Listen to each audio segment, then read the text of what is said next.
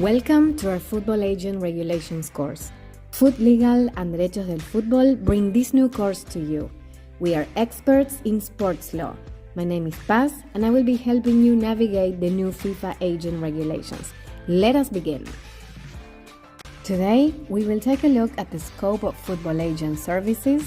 We will analyze the key changes introduced by the new regulations and see some basic features of the exam application process. We will also talk about FIFA Platform and FIFA TMS, two platforms you will definitely be using once you become a licensed agent.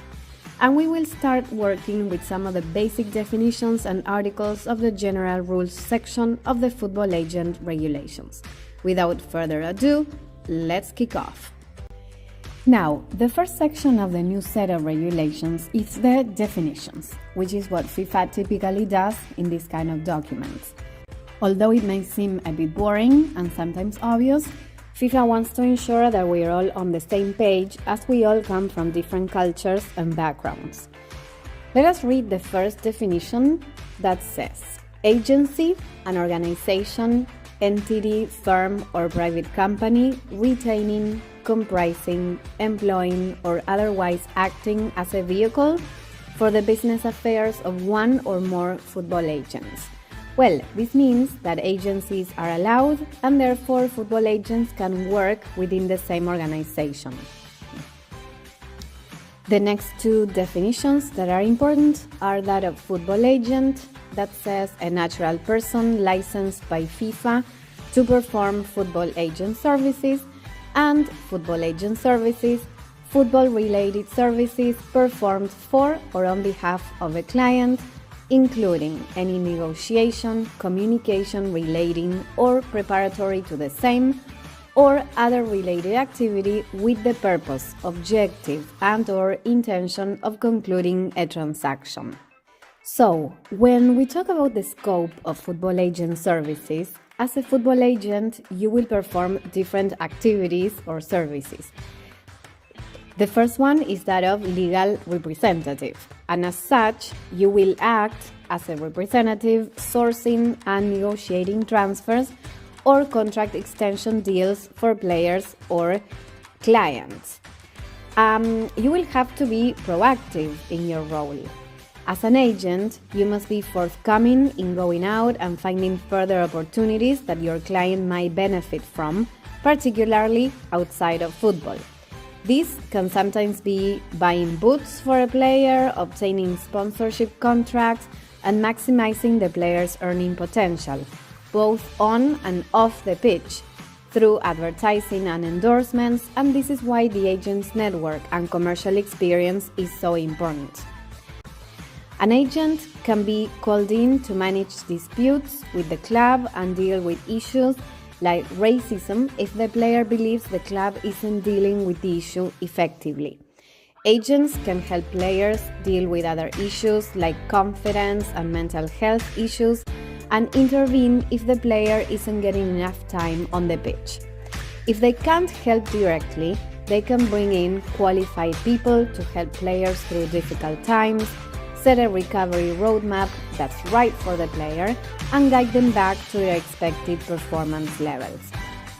Another scope of football agent services is to have a diverse skill set across finances and investments, legal and contractual knowledge, commercial business, social media, branding and marketing.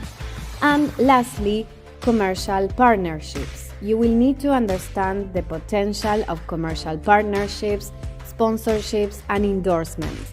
This can start with basic boot sponsorship and progress through to suitable commercial opportunities that support the player's brand and image.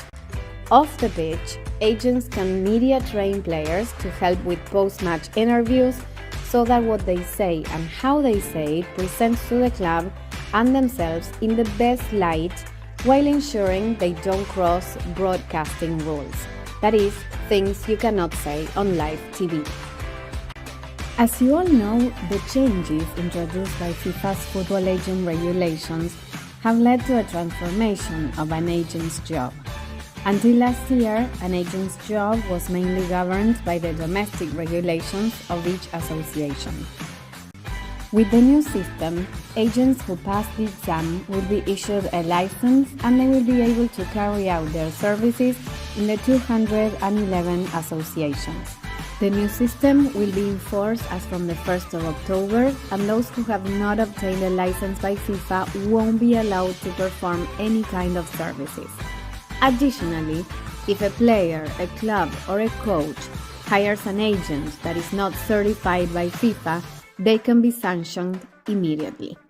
Let us start by talking about the key changes brought by these rules. And the first one says a cap on agents' fees versus the suggested benchmark. And this is one of the most controversial changes, and it is the introduction of a universal cap on the fees agents can charge their clients. The level of the cap depends on who the agent represents and the level of remuneration of an agent's client. The previous regulations included a suggested benchmark on how much an agent should earn, but this was not compulsory, and in practice, agents typically charged between 3 to 10% of the player's gross salary. It is highly likely that established football agencies or associations of football agents will challenge the new cap on the basis that it is anti-competitive. The second change is that the service cap potentially applies to commercial revenues. A surprising new addition of the regulations is that the service cap potentially applies to commercial revenues such as sponsorship deals. The new cap will apply as from the 1st of October 2023 for any representation agreement concluded or renewed after the 16th of December 2022. The third key change of the regulations is the introduction of the client pays principle. What does this mean? Well, historically, it's been rare for players to pay agents directly. Typically, what happens is that the fee is paid by the engaging club on behalf of the player. Under the new regulations, agents have to be paid by their client directly. Before the deregulation of agents in 2015, agents had to pass a multiple-choice exam on FIFA regulations and relevant national regulations. FIFA is now reintroducing this exam, and would-be agents now need to pass 75%, that is 15 out of 20 questions in an hour, so that the agent's exam is back. Those who previously passed the pre-2015 exam will not be required to sit another exam. In terms of the test, it will be hard, as the previous one had a pass rate of less than 35%. If you don't pass the exam, you will not be allowed to perform football agent services, which could mean that your representation agreement might be terminated, and you may lose your right to repay commission from previous deals. So, as you can see, passing the exam is a big deal. The fifth key point has to do with multiple representation versus single-party representation. The new regulations introduce the ability for players to terminate their representation agreements where they have just cause to do so. This includes where agents have their license suspended or withdrawn. So, what's coming up next with all these changes? The FIFA football agent regulations govern international activity as opposed to domestic transfer systems. Member associations are required to bring into force and implement their own national regulations by the 30th of September this year. These must be consistent with the FIFA regulations, but they can impose stricter measures. FIFA regulations are intended to be a floor, but not a ceiling. For those who do need to sit an exam, the application process is fairly simple. The first step to obtain a license to act as a football agent is to submit an application via the FIFA agent platform. Certain eligibility requirements must be met. Check the FIFA football agent regulations for further detail. If your application is successful, you will be invited to sit the FIFA football agent exam. You can freely choose at which member association you want to take the exam. The exam lasts 60 minutes and comprises 20 multiple-choice questions designed to test your knowledge on FIFA regulations and the football transfer system. The pass mark is 75%. You will have to bring your own laptop and provide your own internet connection to take the exam. The annual fee is $600. And the next dates, as you know, are 20 September 2023, and there are 2 dates for 2024, which will be in May and November. Now, this is all for today's session.